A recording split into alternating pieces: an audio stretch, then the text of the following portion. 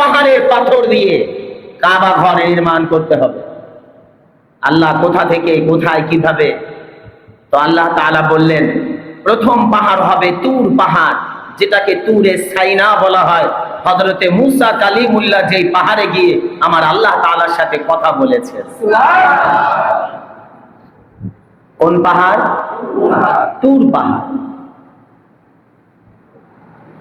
আল্লাহ মক্কা কই আর তুর পাহাড় কই? আল্লাহ তাআলা জানায়া দিলেন খলিল, আমি আল্লাহ তাআলার কুদরত তামাম পৃথিবীর মানুষদেরকে দেখানোর জন্য আমি আল্লাহ আমার ঘর নির্মাণ করব। আমি আল্লাহ তাআলা আপনার জন্য তুর পাহাড় রিমোট কন্ট্রোল বানায়া দিলাম। তুর পাহাড় সরাসরি আপনার কিনারায় আসবে, আর আপনি সেখান থেকে পাথর নিয়ে আমি আল্লাহ তাআলার ঘর বানাবেন। তুর পাহাড়কে আল্লাহ তাআলা জমিনের ভিতরে চলার ক্ষমতা শক্তি দিয়ে দিয়েছেন। ওই পাহাড় ইব্রাহিম খলিলের সামনে আসলে তিনি সেখান থেকে পাথর নিয়ে আল্লাহর ঘরে স্থাপন করলেন। একটু বলা যাবে আল্লাহু আকবার। একটা কয়টা? তুর পাহাড়। আর একটা পাহাড় হলো জাবালে জিতা, জিতা পাহাড়। ইব্রাহিম খলিলুল্লাহর কিনারায় আল্লাহ তাআলা জিতা পাহাড় যখন পাঠিয়ে দেয়, সেখান থেকে পাথরগুলো নামিয়ে কাবা ঘরের জন্য তিনি নির্মাণের জন্য প্রস্তুত করে দেয়।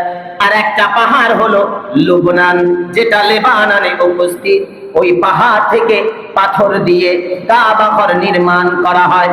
আর একটা পাহাড় হলো আল্লাহ তাআলা কোরআনুল কারীমে বলেন আস্তাওয়াত আলাল জুদি ওয়া কিলা বু'দাল লিল কওমিজ যালিমিন। আর একটা পাহাড়, যেটা পাহাড়ের চূড়ার ভিতরে হযরতে নূহ নবীর কিস্তি। আপনারা কি কথা বুঝতেছেন? কোন নবী?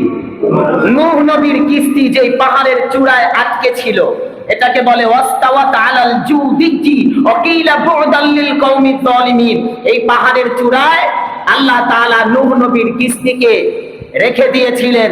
এটার ভিতর থেকেও পাথর নিয়ে কাবা ঘর নির্মাণ করতে হবে। একটু বলা যাবে সুবহানাল্লাহ। আর একটা পাহাড় হলো হীরা, জাবালে হীরা। হীরা বুঝেন? আমরা যে হীরা বলি না, জাবালে হীরা। এই পাহাড়ের পাথর দিয়ে, মোট 5টি পাহাড়ের পাথর দিয়ে আল্লাহ তাআলার পয়গম্বর ইব্রাহিম খলিলুল্লাহ কাবা ঘর নির্মাণ করলেন। একটু বলবেন সুবহানাল্লাহ। এক পাহাড়ের পাথর দিয়ে কাবা ঘর নির্মাণ হয় নাই, 5টা পাহাড়ের পাথর দিয়ে আল্লাহ তাআলা কাবা ঘর নির্মাণ করেছেন। এবং কেমন পাথর? ওগুলো দামি পাথর। কেমন দামি? বলে আল্লাহর ঘরে যখন লাগছে তখন তো আরো দামি হয়ে গেছে।